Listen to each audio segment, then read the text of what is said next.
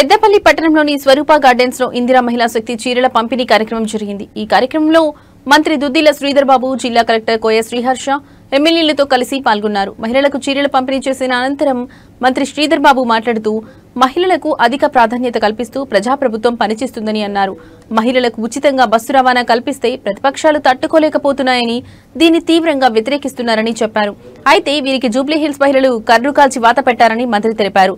గత 10 సంవత్సరాల పాలనలో ఎప్పుడైనా వడ్డీ లేని రుణాలు అందించాలని ఆలోచన పాలకులకు రాలేదని, కానీ కాంగ్రెస్ ప్రభుత్వం వడ్డీ లేకుండా మహిళా సంఘాలకు అందించాలని లక్ష్యంగా పెట్టుకుందని తెలిపారు। పెద్దపల్లి జిల్లాలో మొదటి ఏడాది వడ్డీ లేని రుణాలు 9 కోట్ల రూపాయలు విడుదల చేశామని, ప్రస్తుత సంవత్సరం మరో 10 కోట్ల రూపాయలు విడుదల చేయబోతున్నామని వెల్లడించారు।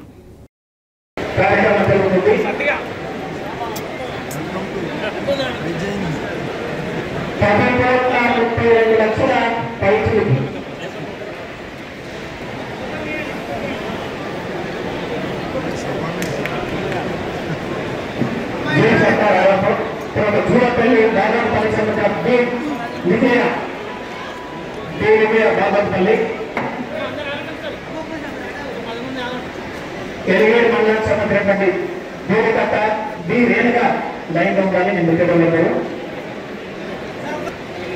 శ్రీ కోరుల మండలం బేరపల్లికి సంబంధించినటువంటి ఏ స్వప్న కమాన్పూర్ ముండాల గ్రామానికి చెందినటువంటి ఎన్ శిరీష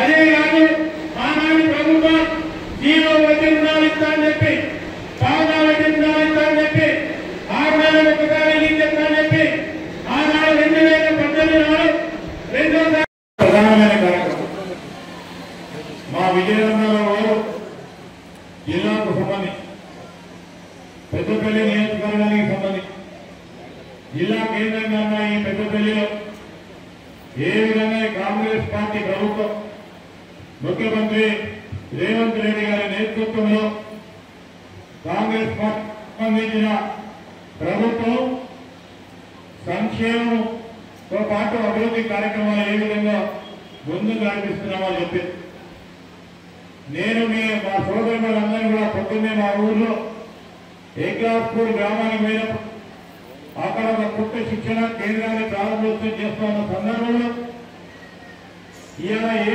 కార్యక్రమాన్ని మొదలు పెడతా ఉన్నామో మేము అని చెప్తే దానికంటే ఎక్కువ మీరు చీరల పంపిణీ కార్యక్రమం చేస్తున్నారని అందరూ సంతోషంగా చప్పట్లు కొట్టి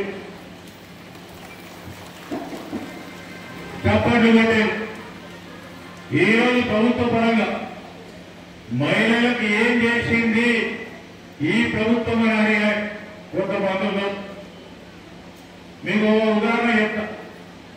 మొన్న జూబ్లీహిల్స్ కు సంబంధించి శాసనసభకు సంబంధించి జూబ్లీహిల్స్ ఎన్నికలు జరిగాయి।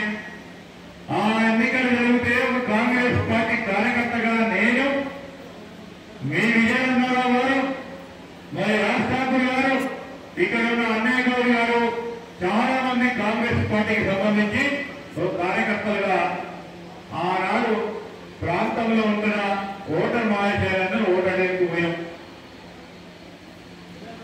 అదే సందర్భంలో వివిధ పార్టీలకు సంబంధించిన మిత్రులు వచ్చారు, వారు ఒక్కటే చెప్పుకుంటూ పోయారు।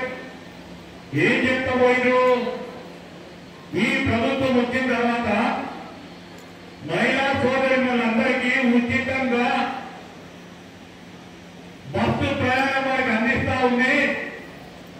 ఇది సరిగ్గా జరగడం లేదు, దీన్ని ఆపు చేయాలని పదే పదే చెప్తుపోయిన టీఆర్ఎస్ మేము చెప్పాం.